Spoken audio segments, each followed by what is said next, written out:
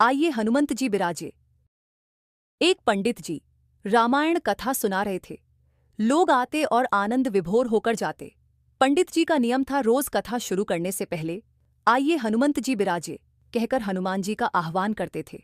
फिर 1 घंटा प्रवचन करते थे। वकील साहब हर रोज कथा सुनने आते। वकील साहब के भक्ति भाव पर एक दिन तर्कशीलता हावी हो गई। उन्हें लगा कि महाराज रोज आइए हनुमंत जी बिराजिए कहते हैं, तो क्या हनुमान जी सचमुच आते होंगे? वकील साहब ने पंडित जी से पूछ ही डाला, महाराज जी, आप रामायण की कथा बहुत अच्छी कहते हैं, हमें बड्ढा रस आता है, परंतु आप जो गद्दी प्रतिदिन हनुमान जी को देते हैं, उस पर क्या हनुमान जी सचमुच विराजते हैं? पंडित जी ने कहा, हाँ, यह मेरा व्यक्तिगत विश्वास है कि जहाँ रामकथा हो रही हो, वहाँ हनुमान जी अवश्य पधारते हैं। वकील ने कहा, महाराज, ऐसे बात नहीं बनेगी। हनुमान जी यहाँ आते हैं, इसका कोई सबूत दीजिए। आपको साबित करके दिखाना चाहिए कि हनुमान जी आपकी कथा सुनने आते हैं। महाराज जी ने बहुत समझाया कि भैया, आस्था को किसी सबूत की कसौटी पर नहीं कसना चाहिए। यह तो भक्त और भगवान के बीच का प्रेमरस है, व्यक्तिगत श्रद्धा का विषय है। आप कहो तो मैं प्रवचन करना बंद कर दूं या आप कथा में आना छोड़ दो। लेकिन वकील नहीं माना।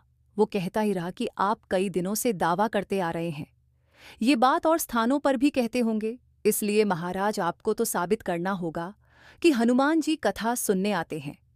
इस तरह दोनों के बीच वाद विवाद होता रहा। मौखिक संघर्ष बढ़ता चला गया। हारकर पंडित जी महाराज ने कहा, हनुमान जी हैं या नहीं, उसका सबूत कल दिखाऊंगा। कल कथा शुरू हो तब प्रयोग करूंगा। जिस गद्दी पर मैं हनुमान जी को विराजित होने को कहता हूं, आप उस गद्दी को आज अपने घर ले जाना।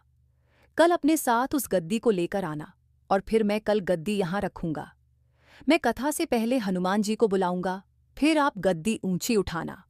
यदि आपने गद्दी ऊंची कर दी तो समझना कि हनुमान जी नहीं हैं।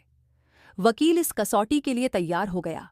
पंडित जी ने कहा, हम दोनों में से जो पराजित होगा वह क्या करेगा, इसका निर्णय भी कर लें। यह तो सत्य की परीक्षा है। वकील ने कहा, मैं गद्दी ऊंची न कर सका तो वकालत छोड़कर आपसे दीक्षा ले लूंगा। आप पराजित हो गए तो क्या करोगे? पंडित जी ने कहा, मैं कथा वाचन छोड़कर आपके ऑफिस का चपरासी बन जाऊंगा।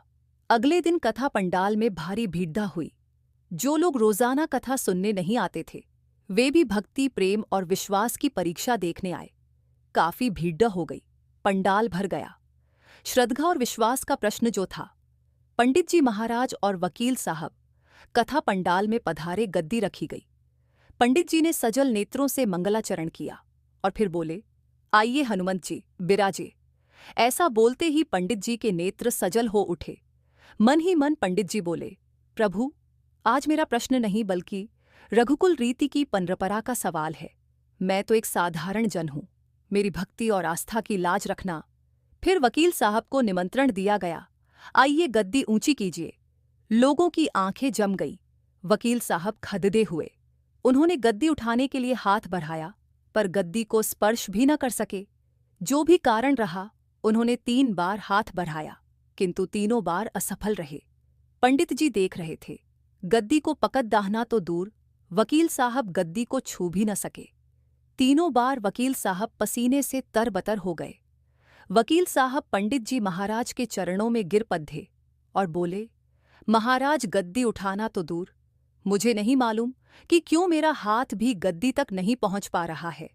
अतः मैं अपनी हार स्वीकार करता हूं। कहते हैं कि श्रद्धा और भक्ति के साथ की गई आराधना में बहुत शक्ति होती है। मानो तो देव नहीं तो पत्थर। प्रभु की मूर्ति तो पाषाण की ही होती है, लेकिन भक्त के भाव से उसमें प्राण प्रतिष्ठा होती है तो प्रभु विराजते हैं। दोस्तों, अगर आपको ये कहानी पसंद आई हो तो कमेंट बॉक्स में जय श्री राम जरूर लिखें।